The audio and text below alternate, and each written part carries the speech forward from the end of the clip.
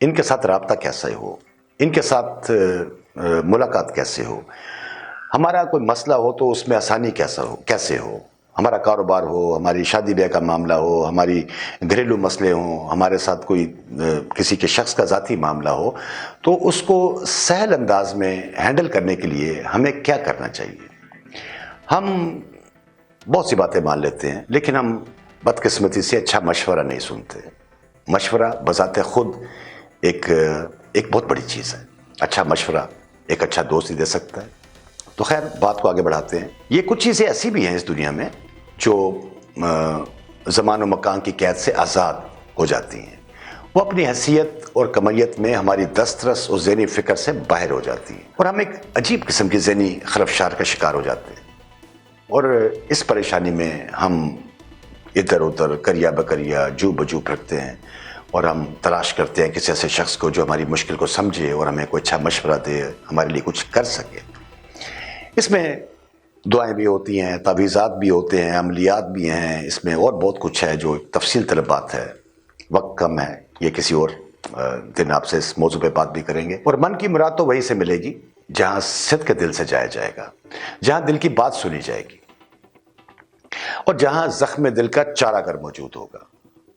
ضروری نہیں ہے کہ ہر کام کے لیے کاغذ پہ تعویذ ہی لکھا جائے، کچھ کام تو ملاقات سے بھی ہو جاتے ہیں، اور وہ خاص لمحہ ہوتا ہے، کوئی گھڑی ہوتی ہے مقبولیت کی جس میں کوئی در کھل جاتا ہے، کوئی کھڑکی اپنے ٹھنڈے ہوا کے جھونکے کے ساتھ کھلتی ہے، اور آپ کو محسوس ہوتا ہے کہ یہ خوشگوار سا ہوا کا جھونکا میرے لیے ہے۔ اور یہی وہ لمحہ ہوتا ہے جب آپ خود کو اس ہستی کو سونپ دیتے ہیں، وہی بزرگ ہستی جس کا ایبسٹریکٹ یا تجریدی خاکہ آپ کے ذہن میں بڑی سی پگڑی، سفید شلوار قمیض یا تہمد میں ملبوس اور لمبی سی سفید داڑھی ہوتا ہے، لیکن یہاں تو پینٹ کوٹ میں ملبوس اور ٹائی لگا کے آپ کے سامنے بیٹھا ہوا ایک پڑھا لکھا شخص ہوتا ہے، اور وہ انگریزی، اردو، پنجابی میں روانی کے ساتھ گفتگو کر رہا ہوتا ہے۔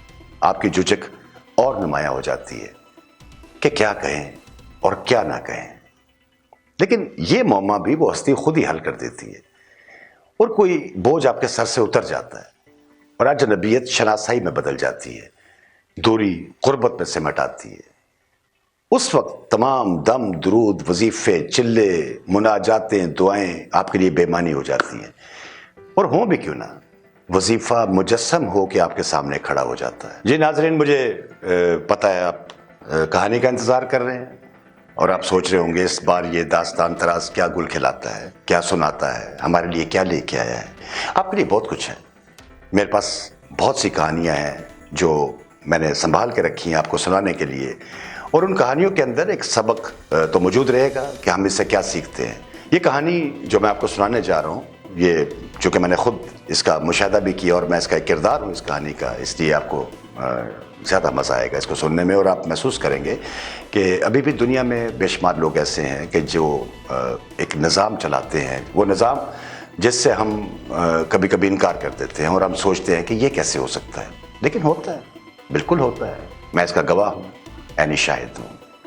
ناظرین، جب اندر باہر ایک ہو جاتا ہے، جب آپ کو سفید اور سیاہ میں تمیز معلوم ہو جاتی ہے، جب اندھیرے اور اجالے کا فرق محسوس ہو جاتا ہے، تو چیزیں دیکھنے کا ہنر بھی آ جاتا ہے۔ بالکل ایسے ہی میں جب اسکول میں پڑھتا تھا تو اس وقت میری عادت تھی کہ، بلکہ شوق کہہ لیجئے اس کو آپ، میرا شوق یہ تھا کہ میں درباروں، مزارات، یہ جو ہوتے ہیں ملنگ، کلندر، اور یہ جو درباروں پہ موجود ہوتے ہیں لوگ، لمبے لمبے بالوں والے، لٹوں والے بابے جو اپنے گیان دھیان میں بیٹھے ہوتے ہیں، میں ان سے بہت متاثر ہوتا تھا، اور میری کوشش ہوتی تھی کہ میں کسی نہ کسی بہانے سے ان کو آتے جاتے دیکھ لوں۔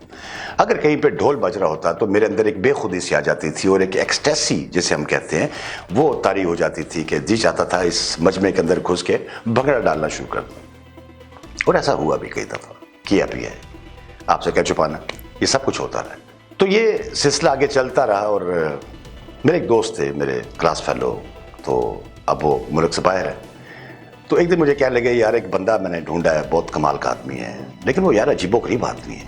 میں کہا چلے ملتے ہیں، جا کے دیکھتے ہیں اس کو۔ وہ مجھے اپنے ساتھ لے کے اپنی موٹر سائیکل پہ، وہ مجھے ملتان روڈ، اگر آپ نے دیکھا ہو تو منصورہ ایک جگہ ہے بہت مشہور ملتان روڈ پہ لاہور میں، تو وہاں پہ لے گئے۔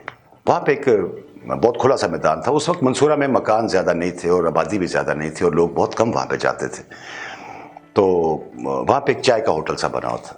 اس ہوٹل کی بیک سائڈ پہ ایک بابا جی جو مجذوب سے تھے وہ بیٹھے تھے. اور مجھے وہاں جا کے معلوم ہوا کہ بابا جی کے صرف دو ہی شوق ہیں. ایک تو ان کے پاس ایک ساؤنڈ سسٹم جسے ہم ڈیک کہتے ہیں وہ تھا.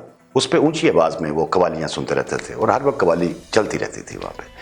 اور دوسرا وہ سگریٹ بہت لگاتار پیتے تھے. اسموکر تھے وہ, اور بے تحاشا سگریٹ کی ڈبیاں اور ٹوٹے وہاں پہ سگریٹ کے موجود رہتے تھے. اور بابا جی بس یا سگریٹ پیتے تھے یا قوالی سنتے تھے. ان سے ملنے کے لیے لوگ بہت دور دور سے آتے تھے. ہم ایک دفعہ گئے, دو دفعہ گئے, تین دفعہ گئے. جب بھی گئے یہی ماحول وہاں پہ دیکھا. کبھی وہاں خواتین بیٹھی ہیں, کبھی وہاں پہ بندے بیٹھے ہوئے ہیں. لوگ گاڑیوں میں بھی آتے تھے, ٹانگوں میں آتے تھے, رکشوں میں آتے تھے, لیکن تھوڑا دور اتر جاتے تھے اور پیدل وہاں تک پہنچنا پڑتا تھا کیونکہ راستہ ایسا تھا. تو بابا جی اپنی مستی میں بیٹھ کے بس قوالی سنتے رہتے تھے. اور جو لوگ ان کو بات بتاتے تھے وہ بس بات سنتے تھے, اس کے بعد پھر وہ اپنی مستی میں گم ہو جاتے تھے اور لوگ بڑے اطمینان کے ساتھ واپس چلے جاتے تھے. ہم بھی وہاں جب ریگولر جانا شروع ہوئے تو کبھی ایسے ہوتا تھا ہفتے میں 2 دفعہ 3 دفعہ ہم جا کے ان کے پاس بیٹھ جاتے تھے. ایک دن پتہ نہیں کیا ہوا کہ بابا جی مجھے اپنے پاس بلایا اور انہوں نے کہتے بات سنو. میں ان کے پاس گیا تو انہوں نے مجھے ایک لفافہ دیا, ایک سفید رنگ کا لفافہ تھا. کہتے یہ دیکھو کتنے پیسے ہیں اس کے اندر. انہوں نے بڑا اونچی آواز سے مجھے حکم دیا. میں کچھ گھبرا سا بھی گیا. میں نے جب لفافہ کھولا تو اس کے اندر تقریباً 3200 روپے تھے, 3200 روپے. میں نے ان کو بتایا, میں کہ جی اس میں 3200 روپے ہیں. کیا لگے نہیں, یہ چودھری ارشد کے پیسے نہیں ہیں, یہ تم اپنے پاس رکھ لو اور دیکھو اس کو اپنے استعمال میں مت لے کے آنا, یہ اللہ کا مال ہے. میں پہلے ہی خوف زدہ سا ہوا تھا. میں نے کہا جی بہتر. میں نے وہ پیسے اور لفافہ اپنی جیب میں رکھ لیا.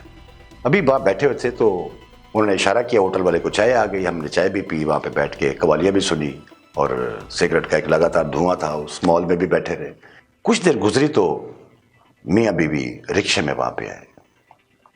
وہ اترے, انہوں نے آ کے بابا جی کو سلام کیا. بابا جی نے کوئی جواب نہیں دیا اور آرام سے بیٹھے رہے, اپنی قوالیاں سنتے رہے. قوالی سنتے سنتے انہوں نے ایک دم سر اٹھایا اور اس میاں بیوی سے انہوں نے کہا کہ تمہارے پرس میں 32,000 روپے ہیں, یہ دو مجھے. انہوں نے پرس کھولا, اس میں کافی پیسے تھے. تو اس کی مختلف جیبوں میں جو پرس تھا, ان کا بیگ تھا خاتون کے پاس, اس میں سے پیسے جب نکالے تو وہ جب گرے تو پورے 32,000 روپے تھے. انہوں نے کہا یہ دو مجھے, جاؤ تمہارا کام ہو گیا. وہ میاں بیوی بڑی خوشی خوشی اٹھ کے چلے گئے. میں اور میرا دوست بڑے حیران کہ یہ کیا ماجرا ہے. خیر انہوں نے مجھے 32,000 روپے دیے. انہوں نے ایک بندے کو بلایا, انہوں نے کہا اس کو ایڈریس بتاؤ جس کو وہاں بھیجو. اس بندے نے مجھے بتایا کہ میں اسپتال میں جاؤ, وہاں پہ فلاں وارڈ ہے اور فلاں بیڈ کے اوپر ایک مریض ہے, یہ جا کے 32,000 روپے اس کو دے دینا. اور دیکھو کوئی شرارت مت کرنا ورنہ بہت نقصان ہو جائے گا. میں نے کہا جی ٹھیک ہے.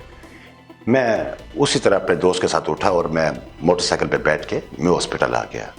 وہاں پہ وارڈ ڈھونڈی, بیڈ ڈھونڈا. وہ ایک صاحب وہاں پہ بہت ہی کمزور, بہت ہی غریب قسم کا آدمی اس بیڈ پہ موجود تھا. میں نے بتایا کہ بابا جی نے 32,000 روپے بھیجے. اس نے رونا شروع کر دیا. اس نے بڑی ان کو دعائیں دی. اس نے کہا جی میرا آپریشن ہے اور آپریشن کے لیے ڈاکٹر نے مجھ سے یہ کہا سامان کچھ لے کے آنا, میرے پاس پیسے بالکل نہیں ہیں.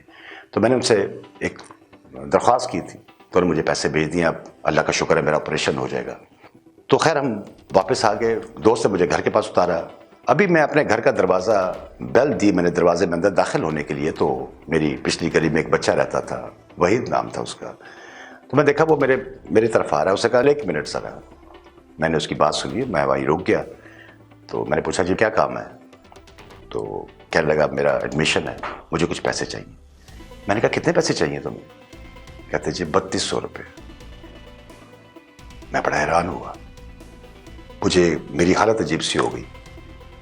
میں نے دل میں سوچا یہ بابا جی کو کیسے پتہ لگا کہ اس بچے کو 3200 چاہیے, اور پھر انہوں نے مجھے یہ بھی کہا تھا کہ اس کو سنبھال کے رکھنا, یہ اللہ کا مال ہے تو اس کو خرچ مت کرنا. میں نے ویسے لفافہ بغیر دیکھے اس کو نکال, میں کہا یہ لو یہ 3200 روپے. وہ بھی بڑا حیران ہوا کہ انہوں نے پیسے بھی نہیں دیکھے, انہوں نے نوٹ بھی نہیں گنے اور مجھے پیسے دے دی. ناظرین یہ دنیا ہے. اس دنیا کے ساتھ اس کا ایک نظام اور ہے جسے ہم تکوین کا نظام کہتے ہیں. یہ نظام بہت عجیب و غریب ہے. اس کے اندر بزرگان دین, اس کے اندر اولیاء کرام, اس کے اندر مجذوب, سالک, ابدال, قطب, قلندر, عارف سب موجود ہیں, اور وہ اپنے اپنے نظام کو چلا رہے ہیں جو ہمیں نظر نہیں آتا. لیکن ہمیں اس کی کھوج کرنی ہے. اس کھوج میں میں آپ کو وہ سب سناؤں گا جو میں نے دیکھا, جو میں نے پڑھا, جو میں نے سنا. کچھ واقعات ایسے بھی ہوں گے جس پہ ذہن مطمئن نہیں ہوتا, لیکن کہیں نہ کہیں کوئی نہ کوئی کڑی آپس میں مل جاتی ہے. تو یہ کہانی آپ جو مجھ سے سن رہے ہیں, یہ اس کا میں ذاتی گواہ ہوں, عینی شاہد ہوں. مجھے امید ہے آپ کو پسند آئی ہوگی. اپنے ارد گرد کے لوگوں کا اپنا خاص خیال رکھیے, اور ایک بات یاد رکھیے, آپ کسی بھی مشکل میں ہوں, آپ کسی پریشانی میں ہوں, اللہ سے زیادہ مددگار کوئی نہیں ہے. آپ کی دعا, آپ کی مناجات, آپ کی ہاتھ اٹھانے کا انداز, آپ کے رونے کا انداز, آپ کا گڑ گڑانے کا انداز اللہ کو کسی بھی وقت راضی کر سکتا ہے. اپنی دعا میں ہم سب کو یاد رکھیے. اللہ ہم سب کا نگہبان.